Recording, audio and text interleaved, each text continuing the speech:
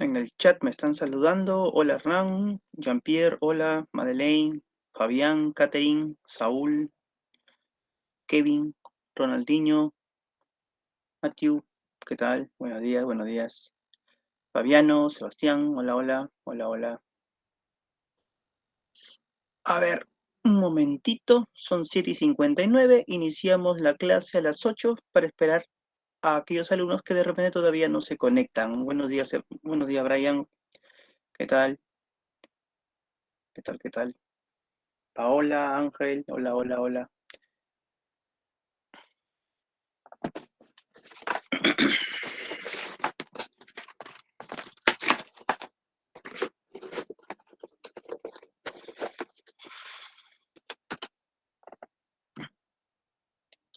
Cristian, Leslie, Jeffrey, Adán, ¿qué tal? Hola, hola. Bien, siendo las 8 de la mañana, vamos a iniciar la presente sesión. Les vuelvo a dar las claves de la semana anterior para que ustedes puedan corroborar con sus respuestas. Las claves de la semana 1. Estamos ya en la semana 2, así que comencemos. Voy a compartir pantalla un momento, por favor. Kenia, Maritza, hola, ¿qué tal? ¿Qué tal?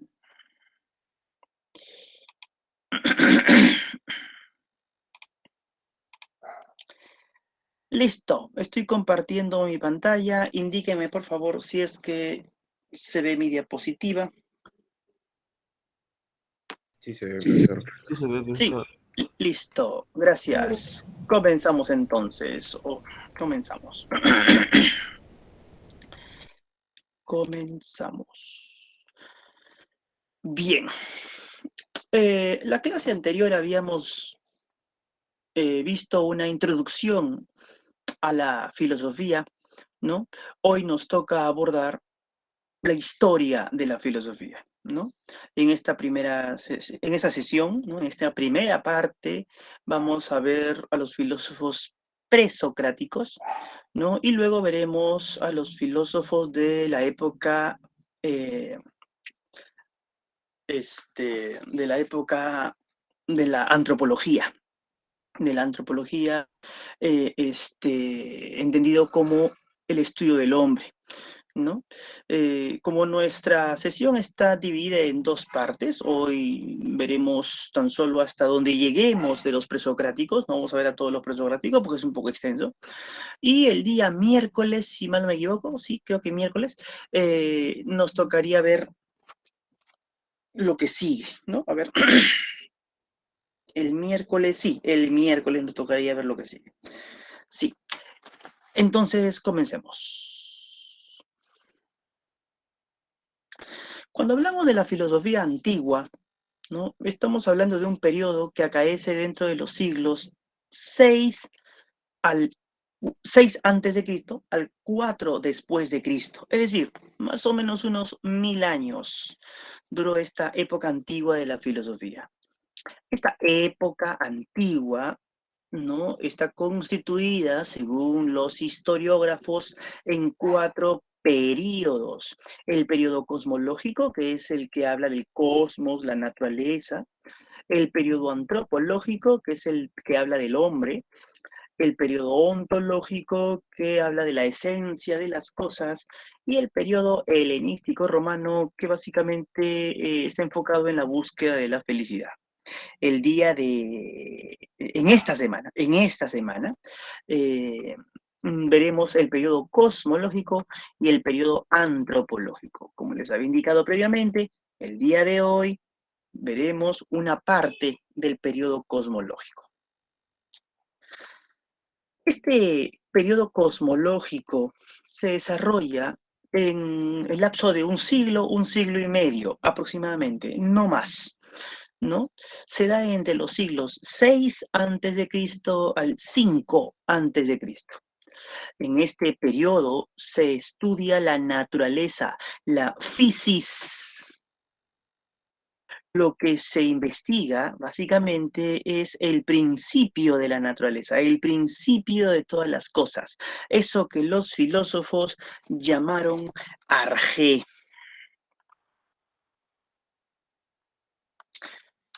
¿No? Yo, la piedra, la hormiga, las estrellas, los animales, las plantas, las montañas, los ríos, etcétera, pertenecemos a esto que llamamos naturaleza, ¿no? Algo en común entonces debemos tener, ¿no? Ya, ese algo en común, ese principio es el arjé, ¿no? ¿Cuál es el arjé?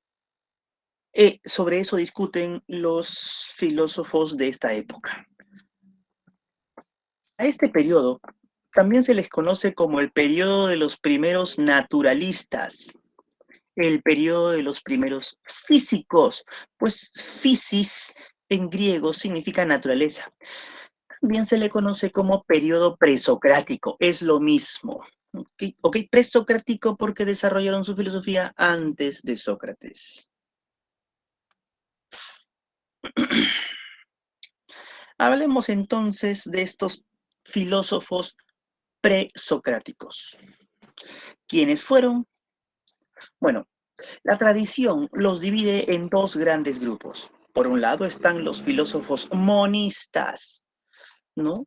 De la palabra mono, uno, pues consideran que el principio de la naturaleza es único. Entre ellos destacan Tales, Anaximandro, Anaxímenes, Pitágoras, Parménides, Heráclito. Y también aparecen los llamados filósofos pluralistas, pues consideran que el principio es plural, múltiple. Entre ellos destacan Empédocles, Anaxágoras, Demócrito. De manera muy rápida, y para que ustedes lo tengan presente, ¿no? Podemos decir que para Tales el arjé es el agua. Para Anaximandro, el arjé es el apeirón. Para Anaxímenes, el arjé es el aire. Para Pitágoras, el arjé es el número. Para Parménides, el arjé es el ser. Y para Heráclito, el arjé es el fuego.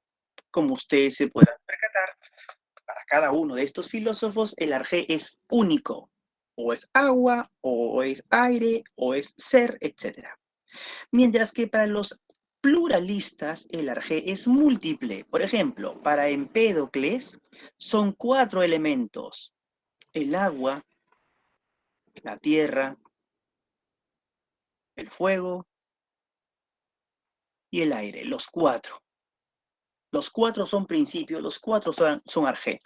Para Anaxágoras, el arjé son infinitos corpúsculos que él llama semillas, semillas primordiales. Mientras que para Demócrito, el arjé son los átomos, así en plural, infinitos en número también. Así que aquí tenemos una idea, pues, ¿no? General, ¿no? Resumida de lo que veremos cuando abordemos el periodo cosmológico, ¿no? Bien, bien. Antes de continuar, porque ahora ya nos vamos a detener en Tales de Mileto, ¿no? Antes de continuar, ¿alguna pregunta o comentario? ¿Algo que no se haya comprendido? ¿Todo claro? Bien. Profesor, una pregunta. Dime. ¿Periodo presocrático se refiere a antes de Sócrates? Sí, en términos generales sí. Aunque Demócrito es contemporáneo de Sócrates, lo cierto es que Demócrito desarrolla una filosofía propia de aquellos que vivieron antes de Sócrates. Sí. Gracias. Listo. Entonces, comencemos. Tales de la ciudad griega de Mileto. Mileto quedaba en la región de la Jonia, ¿no? En lo que actualmente es Turquía. Nosotros la clase anterior, ¿no? Les expliqué brevemente, ¿no? Esta filosofía tálica. Bien, bien, bien, bien.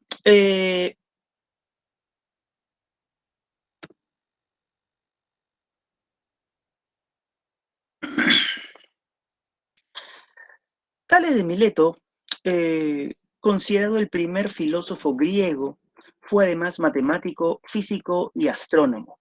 El primero de los 7 sabios de la antigua Grecia. Fundó la escuela de Mileto o escuela jónica, ¿no?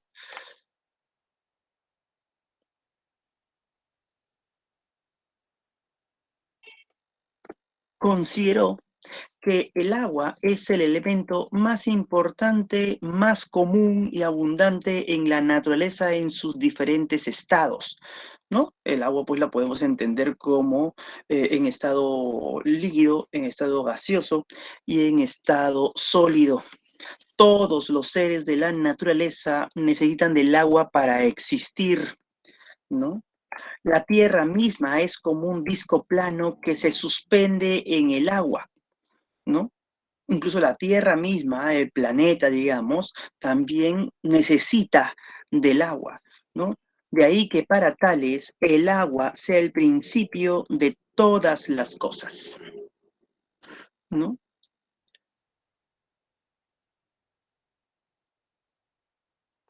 La visión de que el agua sea el principio de todas las cosas, ¿no? Tales lo argumenta de distintos modos. El problema es que la obra de Tales se ha perdido, nada nos ha llegado de este autor, ¿no? Incluso parece ser que el mismo Aristóteles, 2 siglos después, nunca leyó a Tales directamente, ¿no? Porque es un filósofo, Tales de Mileto, muy antiguo. No obstante, muchos autores posteriores a él hablaron de su filosofía y es esta la que nos ha llegado, ¿no? Se especula de cómo pudo haber llegado Tales de Mileto a la declaración de que el agua es el principio arjé de todo lo que existe, ¿no? No obstante, no es fácil entender por qué para Tales tuvo que haber sido el agua.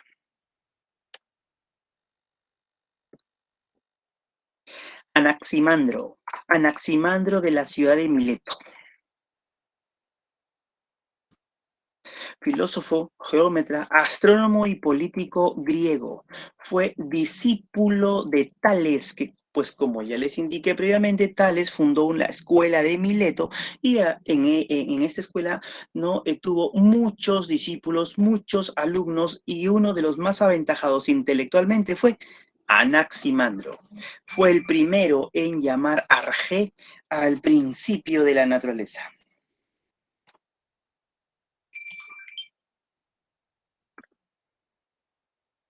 Para Anaximandro, ¿no? Para Anaximandro, eh, todas las cosas que observamos son limitadas y determinadas, ¿no? Limitadas, ¿no? Porque siempre están, porque no pueden entenderse como eternas, ¿no? Pues han tenido pues un comienzo y han de tener un final, y determinadas por ciertas cualidades, ¿no? Y porque a partir de esas cualidades nosotros podemos identificarlas, ¿no? Podemos señalarlas, podemos reconocerlas. Observa la habitación en la que te encuentras y te darás cuenta que cada cosa existente en esa habitación, un cuadro, un lapicero, una taza, un libro, lo que fuese, es limitado y determinado por los sentidos, ¿no? Ahora bien, el agua, decía Anaximandro, también es algo limitado y determinado. Por lo tanto, el agua no puede ser el principio de la naturaleza, ¿no? Como algo determinado como el agua puede ser el principio de también otras cosas que son determinadas. El principio, es decir, el arjé, tiene que ser distinto a lo determinado. Y lo distinto a lo determinado es lo indeterminado. Lo distinto a lo limitado es lo ilimitado. Por lo tanto, el principio ¿no? Es algo ilimitado e indeterminado. Anaximandro le llamó apeirón, pues apeirón significa justamente eso en griego, indeterminado, ilimitado. La palabra a hace referencia a exclusión, que aquí podemos traducirlo como sin, y la palabra peras significa límite, límite o determinación.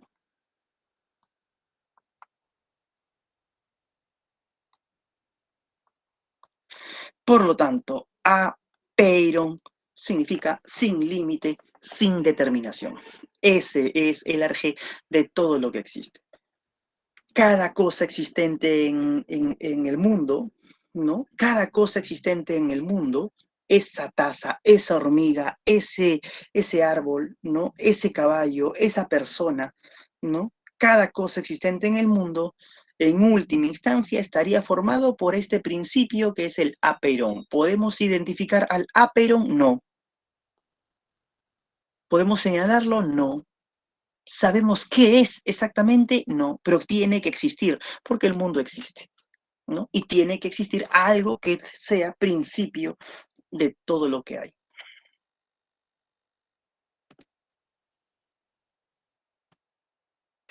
Anaxímenes. Anaxímenes de Mileto. El tercero de los grandes filósofos de Mileto, ¿no? Astrónomo también, fue discípulo y amigo de Anaximandro y de Tales, ¿no? Es el último que cierra la triada de los filósofos milesios o de los filósofos jónicos o jonios. Recuerden por qué Mileto quedaba en la región de la Jonia. Anaxímenes sostuvo que el principio de todas las cosas es el aire. Según otras traducciones, la niebla. En todo caso, algo gaseoso. La obra también de Anaxímenes, al igual que de la de Anaximandro y de Tales, se perdió. Nada tenemos de ella. Por eso es que no hay claridad en qué exactamente o sobre qué exactamente estaba hablando Anaxímenes. ¿Sobre el aire? ¿Sobre la niebla? Pero sí hay una cierta seguridad que tenía que ser algo gaseoso. El aire, por el proceso de condensación, se transforma en agua, lo líquido, y por el mismo proceso en tierra, lo sólido. El mismo aire, por un proceso contrario que es el de la rarefacción, se transforma en fuego, ¿no? Por lo tanto, el aire es el principio o arjé de todo lo que existe, porque del aire proviene el agua, la tierra y también el fuego.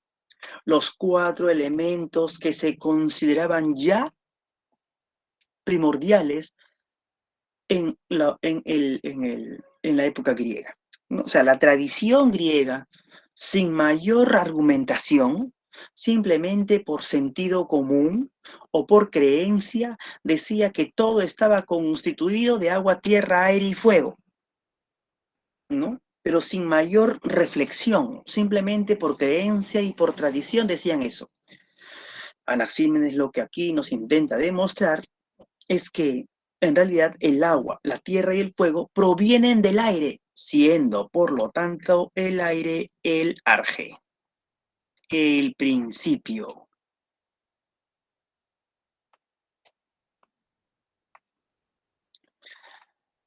¿No? El aire, cuando se enfría, o lo gaseoso, cuando se enfría, ¿no? Se condensa y al condensarse se va transformando en agua. Eso sucede, por ejemplo, en las nubes, ¿no? Que es algo gaseoso, ¿no? Y que cuando se condensa se transforma en agua y cae bajo forma de lluvia, ¿no? Cuando el agua se enfría muchísimo más, vale decir, se condensa más, se solidifica y se transforma en hielo. El hielo se parece a la piedra, ¿no? De ahí que sea lo sólido, ¿no? Y la piedra, ¿no? Es el referente de lo terroso de la tierra, ¿no? El aire mismo, cuando se calienta, ¿no? Es fuego, decía Anaxímenes, ¿no? Porque el fuego, en última instancia, es aire, pero aire muy, muy caliente, ¿no? Cuando pasamos la mano por el aire, no nos quemamos. Cuando pasamos la mano por el fuego, nos quemamos. Por lo tanto, el fuego es aire, pensaba así Anaxímenes, pero aire muy, muy caliente. Por lo tanto, todo proviene del aire.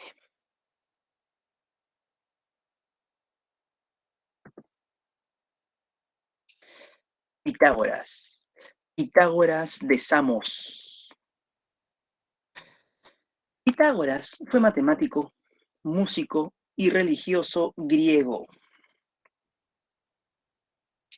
Fundó la religión y escuela pitagóricas. Fue posiblemente discípulo de Tales, no se sabe muy bien porque al igual que los antecesores, sobre Pitágoras tampoco nada nos llegó, todo se perdió. Lo que sabemos de Pitágoras, tanto en su filosofía, como en su religión, como en su matemática, lo sabemos por otros que hablaron de este autor. Se sabe que fue el primero en autodenominarse filósofo.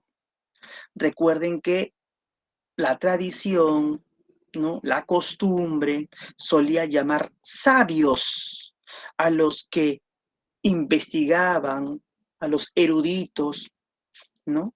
Pero Pitágoras decía, no, yo no soy sabio, porque el sabio es el que sabe, y los que saben son los dioses.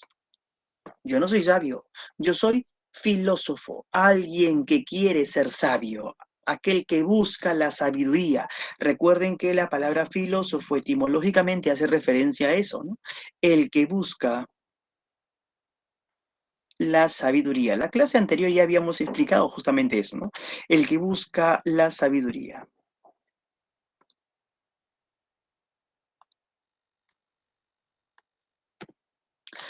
Introdujo Pitágoras la creencia en la inmortalidad del alma.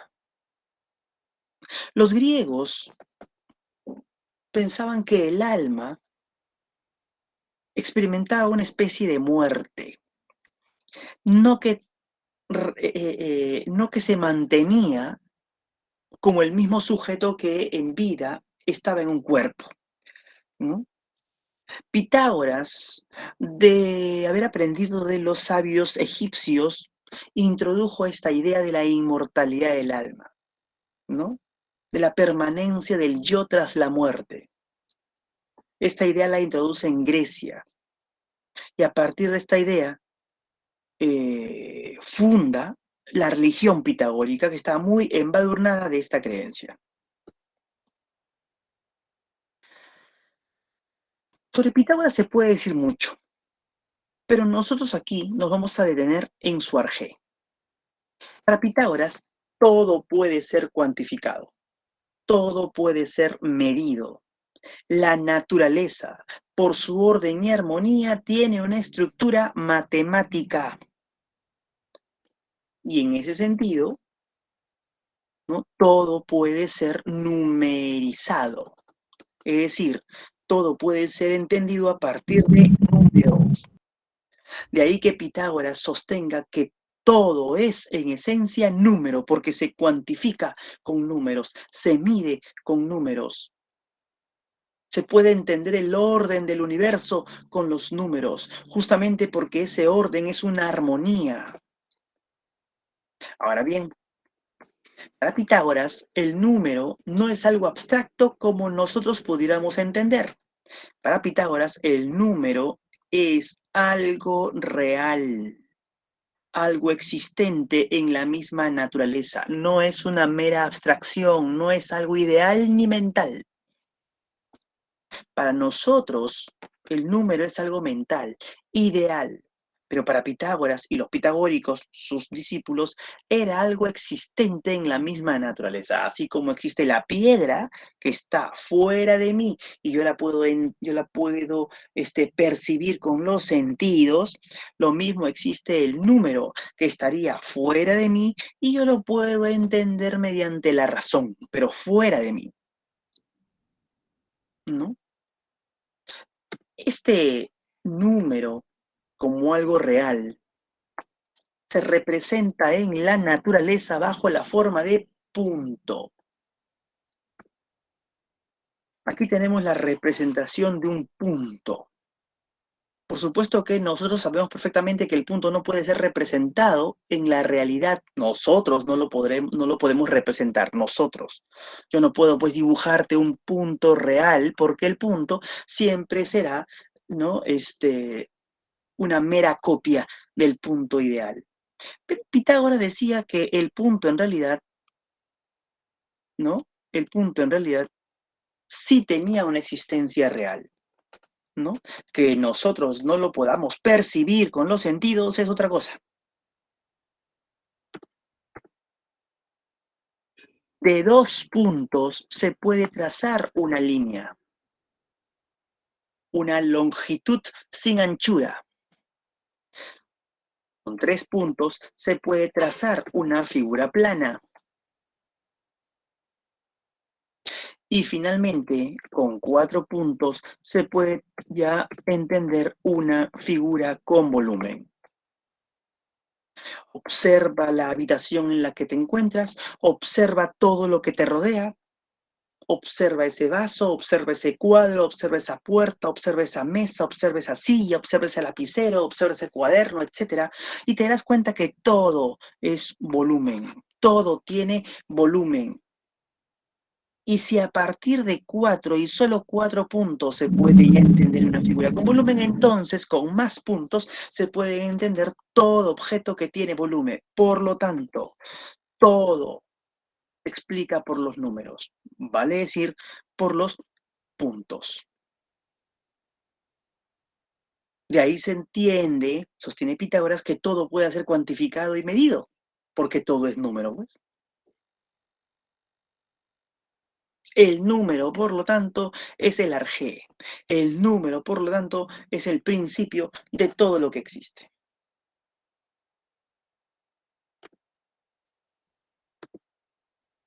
Parménides. Parménides de Elea. Parménides fue filósofo y político griego, posible discípulo de Anaximandro. Fundó la escuela eleática, vale decir, la escuela de Elea, e inició la ontología. Como ustedes deben recordar, la ontología es el estudio del ser.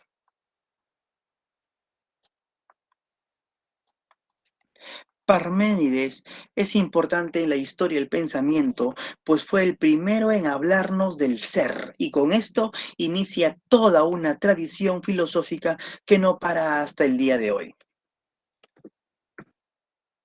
Algo que tenemos que tener presente es que estos pensadores parten de algo muy obvio, y Parménides también. Nos dice que todas las cosas tienen ser, porque todas las cosas son algo. Por ejemplo, ¿no? Aquí tenemos, ¿no?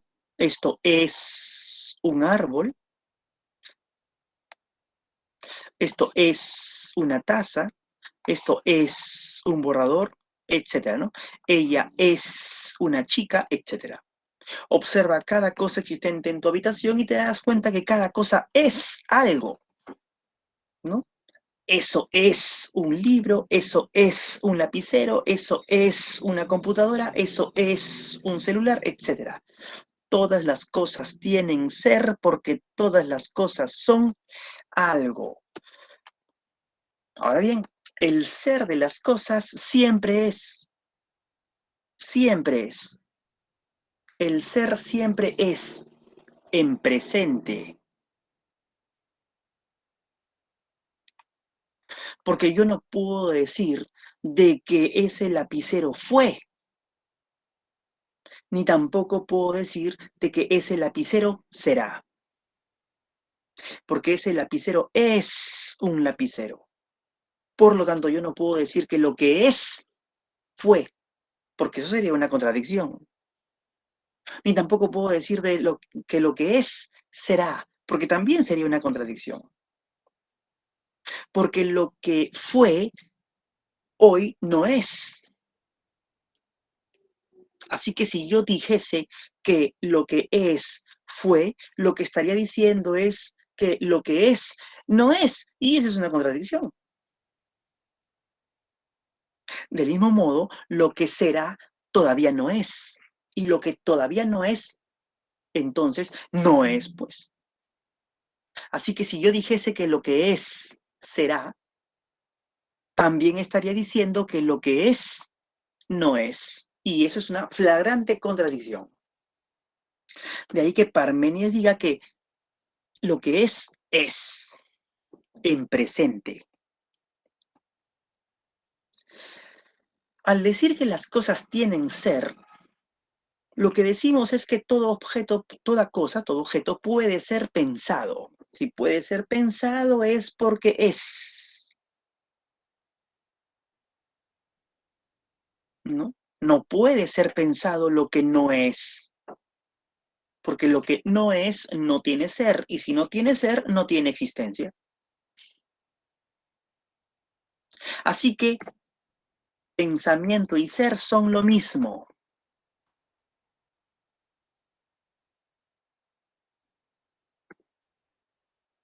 Lo distinto al ser, ya lo hemos indicado, es el no ser. Eso es lo distinto al ser.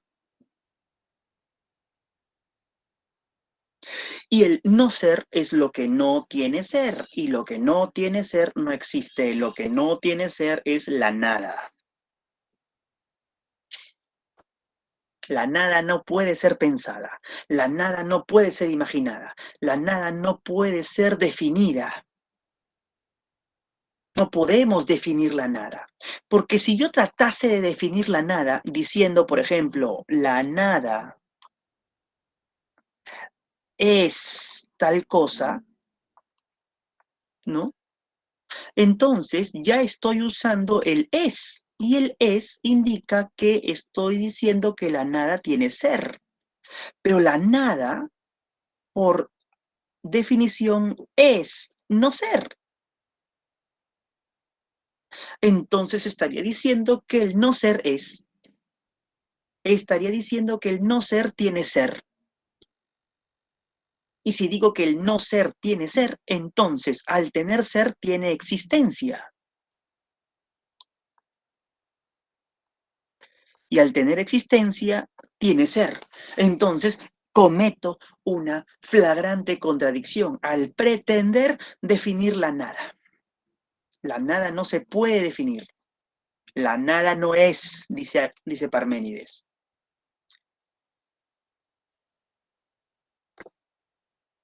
Nada es y no puede ser pensada, ¿no? Aquí hay un pequeño error. Si ustedes me han entendido, ¿no? Se darán cuenta que no podría ser la nada es, porque estaríamos contradiciendo, ¿no? Tendríamos que haber dicho aquí, la nada no es simplemente, ¿no? La nada no es. Ahí está. La nada no es y no puede ser pensada. Por lo tanto, se concluye, la primera gran conclusión parmenidia, el ser es, el no ser no es.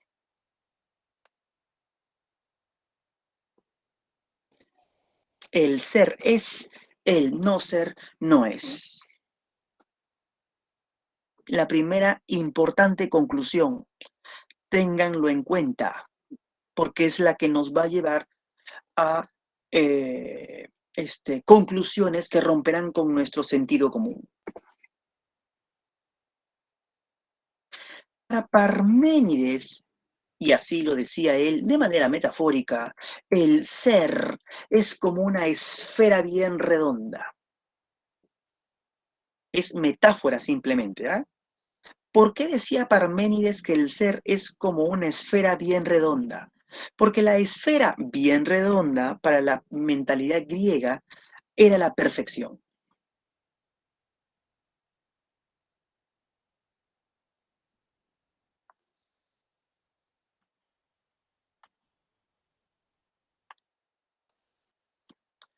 El ser es entonces perfecto, como tendremos ocasión de indicar dentro de un momento. Parménides decía que el ser es único. No hay dos seres, no hay tres seres. Veamos. Porque si el ser, ¿no? Si hubiera otro distinto al ser, si hubiera otro ser, por ejemplo, este otro ser tendría que ser distinto al ser. Y lo distinto al ser, ya hemos dicho, es lo que no es el ser. Lo distinto a algo es lo que el algo no es. Por lo tanto, este ser tendría que ser no ser. Pero ya hemos dicho que el no ser es la nada y la nada no existe. Por lo tanto, no hay algo distinto al ser. Y si no hay algo distinto al ser, entonces el ser es único. ¿Pensaste que existe el ser del árbol, el ser de la piedra, el ser del niño, el ser de la manzana, el ser del gato? Y en ese sentido, ¿pensaste que habían muchos seres? Parménides nos demuestra que no, eso es imposible. No puede haber muchos seres, solo puede haber un único ser. Pero yo veo muchas cosas y Parménides te responde, todas esas cosas son ser, todas esas diversidades son un único ser.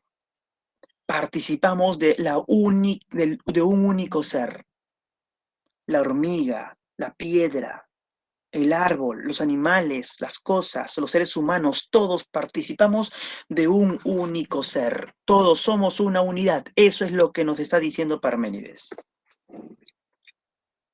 Pero el ser es eterno. Eterno significa que no ha tenido comienzo ni tendrá final, que no ha tenido nacimiento ni tendrá muerte. Porque si el ser hubiera nacido o se hubiera originado, tendría que haberse originado de algo anterior al ser, ¿no?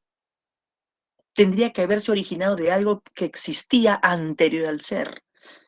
Y lo que hubiera existido anterior al ser tendría que ser distinto del ser, es decir, el no ser, porque ya hemos explicado que lo distinto al ser es el no ser.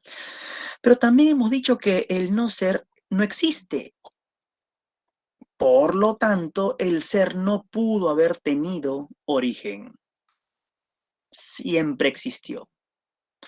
Pero tampoco puede fallecer, tampoco puede destruirse, ¿no? Porque si el ser se destruye, se convertiría en nada, es decir, en no ser. Pero ya hemos dicho que la nada no existe. Así que el ser no podría convertirse en aquello que no existe. Así que el ser tampoco podría aniquilarse, tampoco podría desaparecer, tampoco podría morir. El ser, por lo tanto, es eterno. Pero acabamos de decir que todos los seres somos un único ser. Y ahora estamos diciendo que ese único ser es eterno. Por lo tanto, todo es eterno. Pero yo veo que la gente muere, yo veo que los hombres nacen, ¿no? El vaso que tengo al frente mío antes no existía, ahora existe y seguramente mañana dejará de existir. Parménides nos dice que todo eso es apariencia, porque nos está demostrando, sostiene Parménides, de que todo es una gran unidad y eternidad. El ser es indivisible. Porque si el ser fuese divisible, tendría que existir algo que lo divida. Y ese algo tendría que ser distinto del ser. Pero como ya hemos indicado, lo distinto del ser es el no ser no existe, por lo tanto el ser no puede ser dividido. El ser es completo, porque si al ser le faltase algo, ese algo no formaría parte del ser. Y si no forma parte del ser, es distinto al ser. Y lo distinto al ser es el no ser. Ya hemos dicho que el no ser no existe, por lo tanto, al ser no le falta nada, es completo. Y por ser completo es perfecto, ¿no? De ahí la idea de que el ser sea como una esfera bien redonda. Y el ser perfecto es limitado. Porque si el ser fuese ilimitado, no podríamos conocer sus límites. Y si no conocemos sus límites, no podríamos decir que es completo. Pero ya hemos demostrado que es completo, por lo tanto tiene que ser limitado.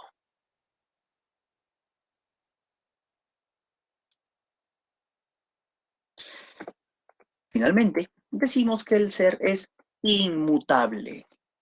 Inmutable significa que no cambia. No cambia, ¿no? Es decir, porque si el ser cambiase, tendría que cambiar a lo que el ser no es, porque todo cambio implica cambiar a lo que no se es. Pero lo que no es el no ser, la nada. Por lo tanto, el ser no cambia. Pero hemos dicho que todo tiene ser, porque todo es. Entonces, nada cambia, pues. Todo es inmutable. Pero yo veo que las cosas cambian. Yo veo que una semilla se transforma en árbol. Por ejemplo, Parménides nos dirá que todo es ilusión. El cambio es ilusión. El movimiento es ilusión. La diversidad de las cosas es ilusión. Producto de un error originado en los sentidos. Como creo se han podido percatar, la filosofía de Parménides rompe con el sentido común a partir de esta idea tan simple que ya explicamos hace un momento, ¿no? El ser es, el no ser no es. Todo el pensamiento parmenidio está sustentado en esta frase. El ser es, el no ser no es. Es una cuestión lógica, estrictamente lógica. Aquí Parménides no nos está diciendo que él cree que el ser es único. Aquí no nos dice Parménides que él cree que el ser es inmutable, no. Intenta demostrarnos que lo es a partir de esta pequeña frase que es, por cierto, muy potente. Heráclito. Heráclito de Éfeso, filósofo griego, considerado un antagonista en relación a Parménides, ¿no? En la discusión respecto del cambio, pues recuerda que para Parménides nada cambia, todo es inmutable, mientras que para Heráclito todo cambia, todo se mueve, ¿no? Entonces ya tenemos aquí la primera gran confrontación filosófica. Para Heráclito, el universo es como un fuego eterno que se apaga y se prende con un cierto orden. Es una frase de Heráclito. El universo, el todo, ¿no? Es como un fuego, dice. Un fuego eterno que no tuvo ni creación ni final. Un fuego que se apaga y se prende. Un fuego que está ahí siempre perenne, en constante movimiento, en constante devenir, como una flama que siempre se está moviendo. Pero ese movimiento, ese apagarse y ese prenderse, siempre es con un cierto orden, no lo hace de manera aleatoria, no lo hace de manera caótica, sino con un cierto orden. Por eso para Heráclito, en tanto que el universo es como un fuego, su principio se le considera, es justamente el fuego, el dinamismo. El fuego aquí está representando lo dinámico, ¿no? Lo dinámico, es decir, lo que siempre está en movimiento. El fuego, pues, representa la contradicción que subyace a todo para poder ser. Todo es porque todo es contradicción.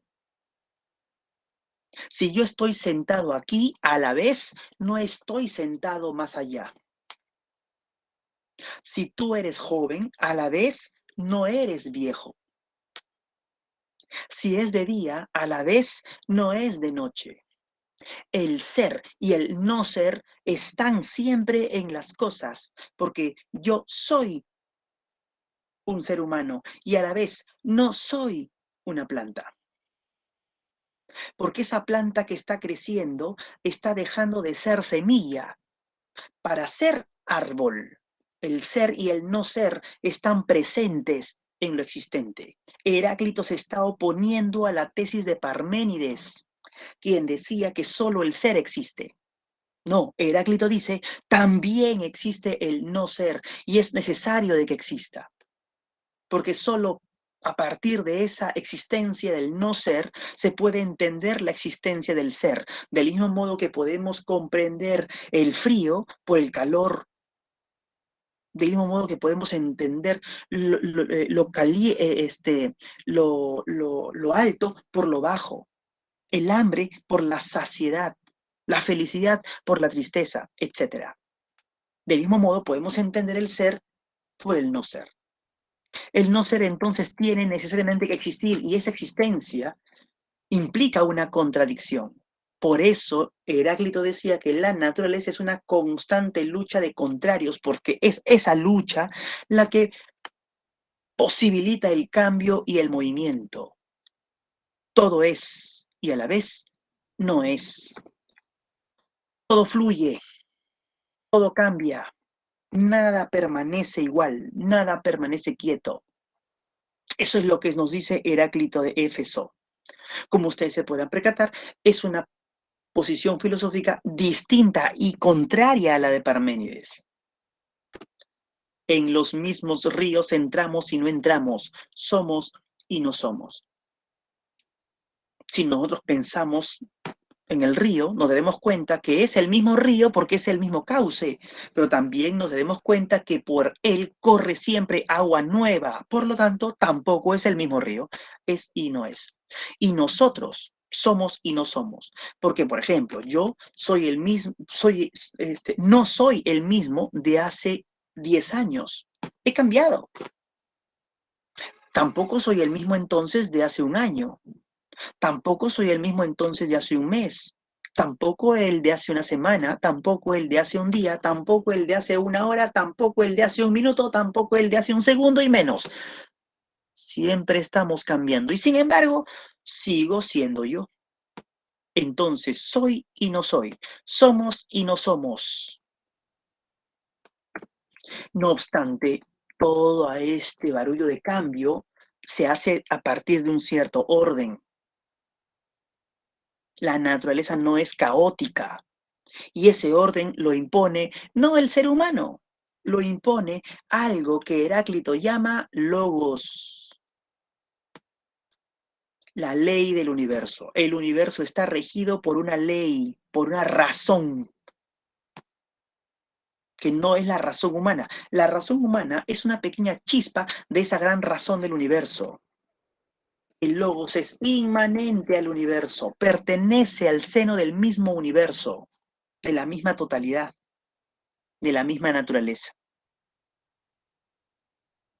Por lo tanto, toda esa contradicción que existe en el mundo es una contradicción ordenada, que permite el devenir, que permite el cambio. Bien, jóvenes, entonces aquí nos detenemos, ¿no? Son 8:48, ¿no? La clase termina a las 8:50. Aquí nos detenemos y el día miércoles nos encontramos para continuar con los filósofos pluralistas, ¿no? Los filósofos pluralistas, se los adelanto, van a tratar de conciliar la postura de Parménides y de Heráclito, ¿no? O sea, la figura es más o menos esta, ¿no? Con esto terminamos esta parte, ¿no? Parménides nos dice, no hay cambio. No hay movimiento, ¿no? El cambio no existe, dice Parménides. Heráclito, lo acabamos de ver, nos está diciendo que sí hay cambio. Todo cambia, dice, ¿no? Todo fluye, ¿no? La filosofía recién tiene un siglo de existencia o menos y ha llegado a este entrampamiento total. ¿Hay o no hay cambio? Los filósofos pluralistas van a tratar de conciliar estas posturas. Van a tratar de arreglar este problema. Pero eso ya lo veremos la próxima semana. Bien, jóvenes, aquí nos detenemos entonces. Cuídense. Hasta luego, profesor. Muchas gracias. Profesor. Hasta luego. Hasta luego. Hasta luego. Hasta luego, Hasta luego, profe. Hasta luego, profe. Hasta luego, profesor. Nos vemos. La grabación. La grabación. Listo.